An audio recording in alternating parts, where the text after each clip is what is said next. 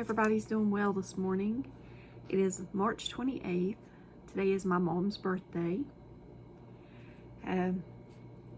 Thank you for your prayers. I will be talking to her here in a little bit, so hopefully everything goes well today.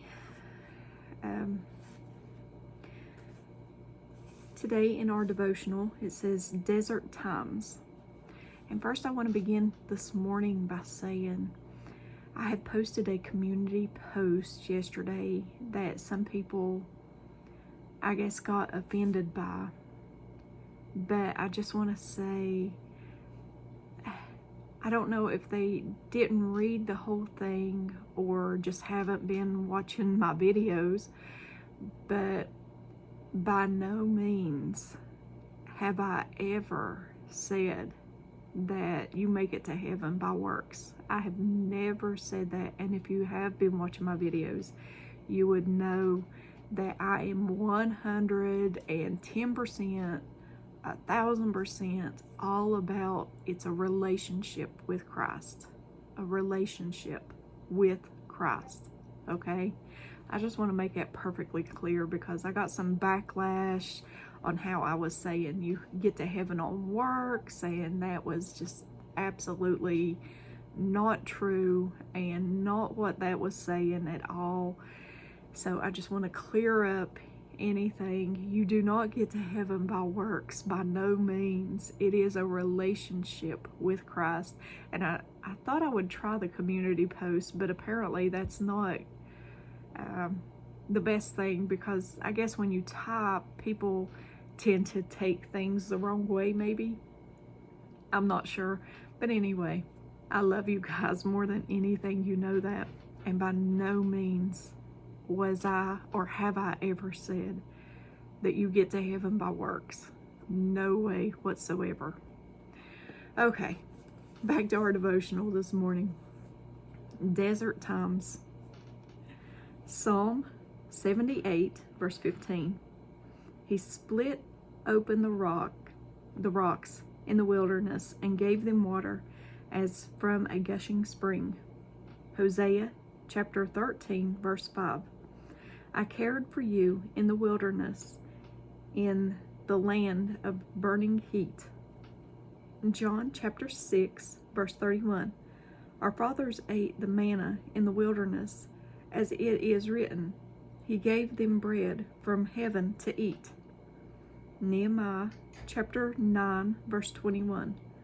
For 40 years you sustained them in the wilderness, and they lacked nothing. Their clothes did not wear out, their feet did not swell. And Isaiah chapter 35, verses 1 through 4. The desert and the parched land will be glad. The wilderness will rejoice and blossom. It will burst into bloom. It will rejoice greatly and shout for joy. They will see the glory of the Lord, the splendor of our God. Strengthen the feeble hands. Steady the knees that give way. Say to those who fear with fearful hearts, Be strong, do not fear. Your God will come. He will come with vengeance, with divine retribution.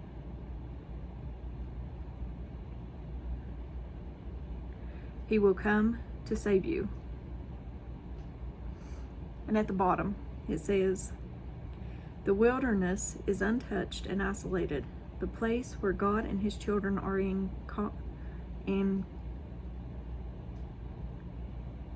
confrontation, but also where encounters with Him take place.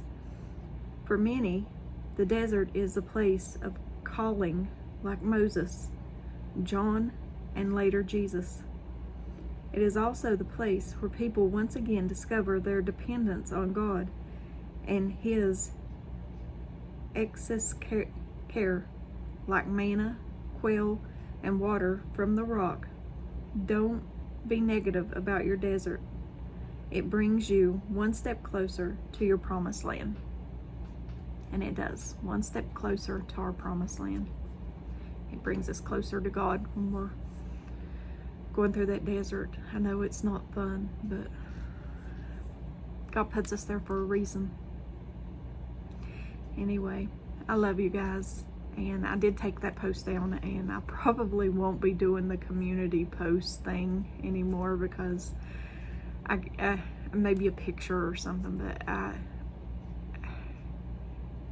I guess people just read things wrong. Some people, not everybody, but some people.